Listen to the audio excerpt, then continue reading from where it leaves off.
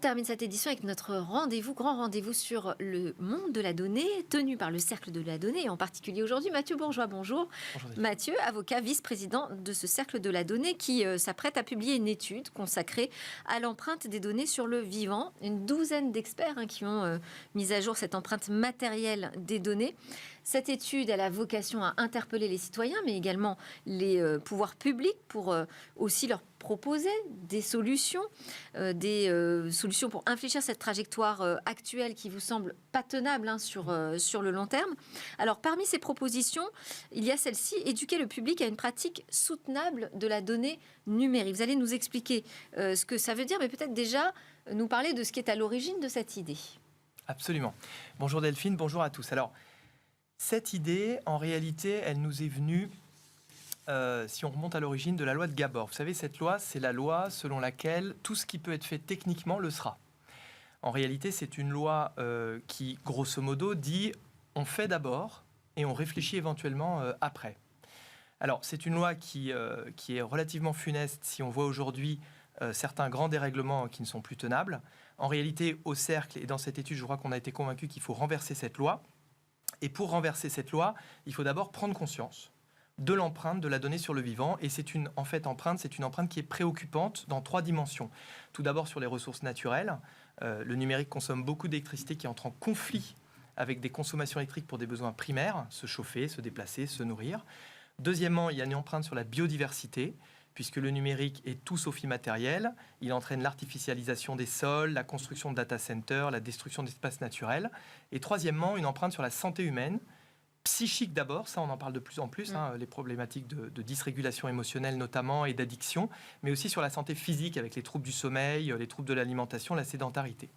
Alors, une fois qu'on a bien pris conscience de cette empreinte, en réalité, il faut y aller assez fortement sur cette prise de conscience parce que ça a été longtemps encouragé par un discours ambiant, l'usage immodéré des services numériques. Et donc, cette prise de conscience, pour prendre conscience de cette empreinte, rien de tel nous a semblé, en tout cas, que l'éducation des plus jeunes et l'information du plus grand nombre. Voilà pourquoi cette seconde proposition, il y en a 5 au total, s'inscrit dans l'étude et elle fait partie du volet éducatif de l'étude qui compte 2 autres volets, un volet économique et un volet service public. Alors cette proposition aussi, je dois le dire, elle essaye de tirer les leçons de certains rendez-vous manqués dans le passé, de rencontres entre la législation, entre la loi en fait, et le public. Et je vais parler du rendez-vous manqué, à mon sens, entre le RGPD, la loi informatique et liberté, et le public. Dans les années 70, il y a une élite en France qui a pris conscience de manière très anticipatrice, en fait, des risques de l'informatique sur les libertés publiques et sur les droits fondamentaux. Il est clair qu'elle était visionnaire, parce qu'aujourd'hui, on voit bien que l'informatique menace effectivement, dans certains cas, la liberté et parfois même la démocratie, peut déstabiliser certains pans de la démocratie.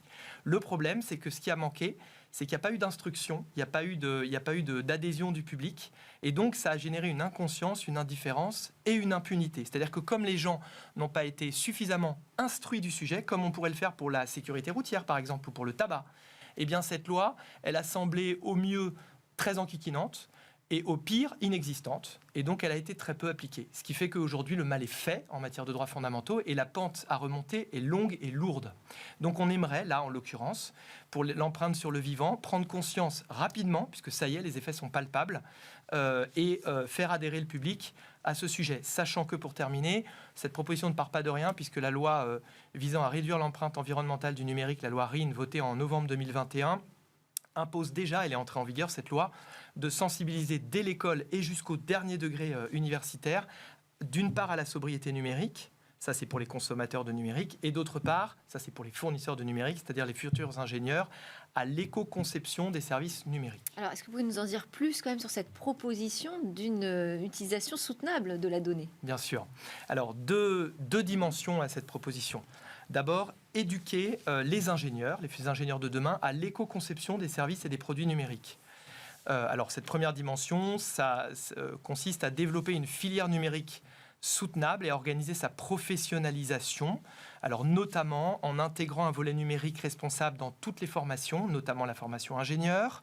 Deuxièmement, en conditionnant le financement public des formations à l'existence de modules de formation d'éco-conception. Troisièmement, en créant une certification éducation numérique pour professionnaliser les métiers reconnus et les sensibiliser à la loi, notamment à la loi RIN. Et enfin, en développant une filière, et ça c'est très important, une filière de la seconde main pour les objets connectés. En fait, je crois que dans le numérique, il faut vraiment mettre le paquet sur la durabilité des équipements. C'est très important parce que l'IoT peut générer des milliards de déchets. Donc il ne faut absolument pas que ça soit le cas. Ce serait terrible. Il faut absolument que l'IoT génère des produits durables, qu'on recycle, qu'on répare et qu'on réemploie. Donc ça, c'est la première dimension. La deuxième dimension, elle s'adresse cette fois-ci à vous, à moi, au grand public en fait. C'est de faire de l'éducation à la sobriété numérique une grande cause nationale en l'introduisant littéralement dès l'école primaire, peut-être dans le module d'éducation civique, ou bien peut-être d'en faire une matière à part, de responsabiliser, ça vous allez être sensible, la presse sur ce sujet-là, et enfin d'éduquer à l'usage des écrans dès le plus jeune âge. Merci beaucoup, Mathieu Bourgeois. J'imagine que tout sera largement détaillé dans votre rapport à venir. Mathieu Bourgeois, avocat, vice-président du Cercle de la Donnée, était dans Smart Tech. Merci encore. Et puis merci à vous de nous suivre sur la chaîne Bismart et également sur les plateformes de podcast et sur les réseaux sociaux. À très vite pour de nouvelles discussions sur la tech dans Smart Tech.